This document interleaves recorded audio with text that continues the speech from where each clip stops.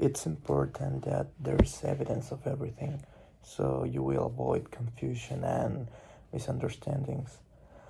Nowadays, it's easier to leave everything in writing since there's an electronic means such as emails which allow a record of any communication is sent. There are many advantages, and first, people can avoid confusion since you control the message and transmit it in the way you consider the most appropriate. Therefore, always try to be clear and conscious.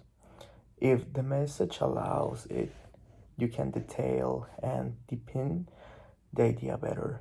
Likewise, if you leave a record of what has been discussed and make an orderly outline of all the talks, activities, and responsibility that must be done, there will be no room for misinterpretations or manipulations of the information, which many times do happen when the message of which many times do happen when the message is sent in an oral way. Finally, there will be no longer finally, there will be no longer excuses to hear, such as I was not there, I don't know what they talk about, the I don't know what he said, I understood something else, and others. If you put everything discussed in reading, then there will be no misinformed people or misdirected messages. The state of fraud establishes that certain contracts must be grading. For example, a contract of the sale or disposition of any interest in real estate must be in written in single by the party in charge of the party's agent. In addition, the state of fraud requires that it identifies with sufficient precision the property of the subject and that it establishes all the terms and conditions of the promise it made. Several other legal provisions refer to the requirement that other types of contracts be in writing. Most of the contracts can be either written or oral, but still be legally enforceable. But some agreements must be in writing in order to be binding. However, oral contracts are very difficult to enforce because there's no clear record of the offer, consideration, and acceptance. Still, it's important to understand which type of contracts absolutely must be written in order to be valid.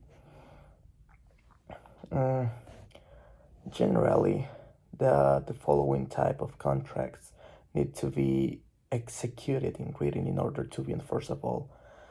For example, contracts in any of these categories entered into verbally are not automatically considered void. However, but they are considerable violable and may be either affirmed or rejected by either party at any time. And I have real estate sales, agreement to pay someone else's debts, contracts that take longer than 1 year to complete, real estate leases for longer than 1 year, contracts for over a certain amount of money, contracts that will be last longer than the life of the party performing the contract, and the last one is a transfer of property at the death of the party performing the contract.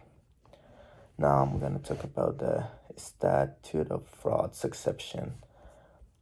Exception to the statute of frauds, a contract which might otherwise be enforceable because it is not in written, might be enforced to some degree as follows.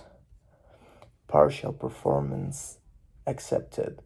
If a buyer has taken partial possession of real or personal property and pay that part of the contract price attributable to a property received, and if the parties cannot be returned to their pre-contractual positions, a court may order that the remainder of the contract be specifically performed, and that's it, performed according to the precise terms of the contract.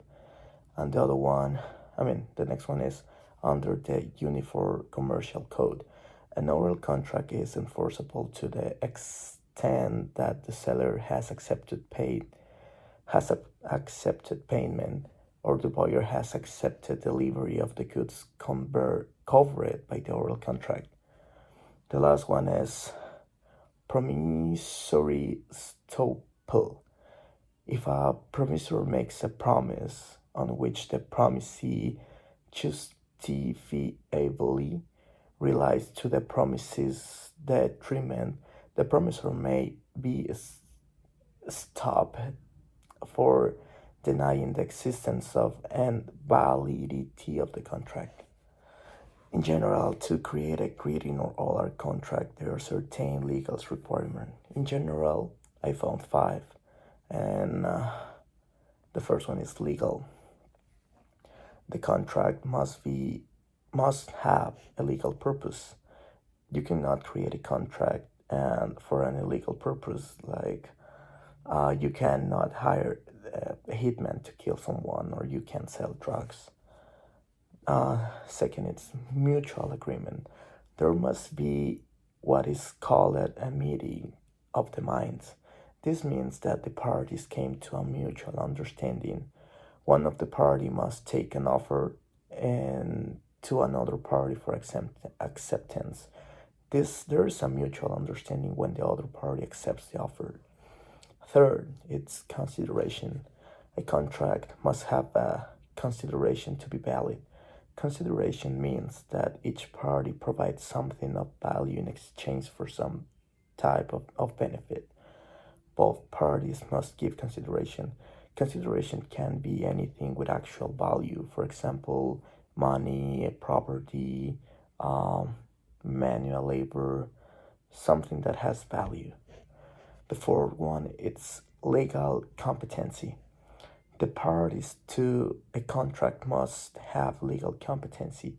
This means that the person must understand that they are very entering into a contract. For example, intoxicated individuals, mentally incapacitated people, minors. And the last one is purposeful. A contract will not be valid if it involves duress, mistake, or fraud. Duress means that a person cannot be forced into entering a contract against their own will. Mistake means that the person cannot enter into a contract accidentally, and fraud means that the person cannot be tricked into forming a contract.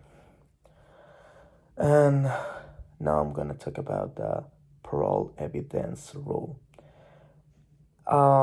Substantive rule of contract law under which a court will not admit evidence of the parties' prior negotiation, prior oral or written agreements, or contemporaneous oral agreement if that evidence contradicts or varies the terms of the written contract. And the next one is interrogation. The determination of whether parole evidence will be considered revolves around the court's determination of whether the written contract is integrated, and that's it. If it constitutes a final exception of the parties' agreement. The parole evidence rule exceptions are, its courts have recognized numerous exceptions to the operation of the parole evidence rule.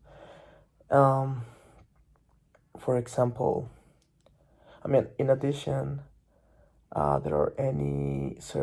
there are certain statutory exceptions which apply to the contract under the Uniform Commercial Code. For example, evidence of subsequent modification, evidence of mistake, fraud, or misinterpretation in the formation of the creating contract, evidence which may resolve an ambiguity or and or fill in a missing term or condition in the creating contract, evidence of an oral condition present to the creating contract, and the last one is evidence of an obvious or gross clerical error. Thank you.